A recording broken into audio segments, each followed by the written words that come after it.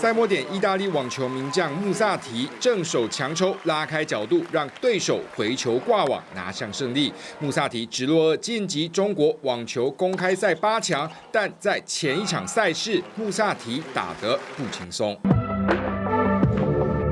世界排名16的穆萨提在北京举办的中网32强比赛，对上没有种子排名的法国选手，陷入苦战。前2盘都打到抢七，过程中有球迷清楚听到穆萨提用意大利语吐槽现场观众，说该死的中国人老是咳嗽，他们每3分钟咳嗽1次。还有球迷说看到他在场上模仿咳嗽动作。这言行随即掀起议论，大陆环球网标题痛批涉嫌歧视。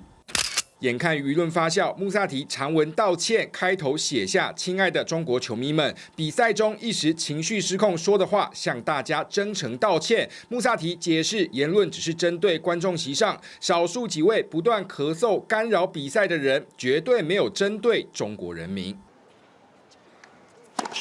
发文道歉外，穆萨提也在之后赛事获胜后再次口头道歉，以及在镜头签名写下 “sorry”。不过，似乎仍然无法平息大陆球迷怒火。定居意大利的大陆自媒体人发文表示，穆萨提歧视华人不是第一次，之前就看到穆萨提在北京比赛时抱怨现场观众人数太少，说出是不是因为北京又疫情爆发，人都隔离的离谱言论。TVB新闻综合报道。想看最完整的新闻内容，记得下载 TVBS 新闻网 APP。